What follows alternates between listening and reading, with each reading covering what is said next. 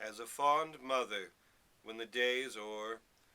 leads by the hand her little child to bed, half willing, half reluctant to be led, and leave his broken playthings on the floor,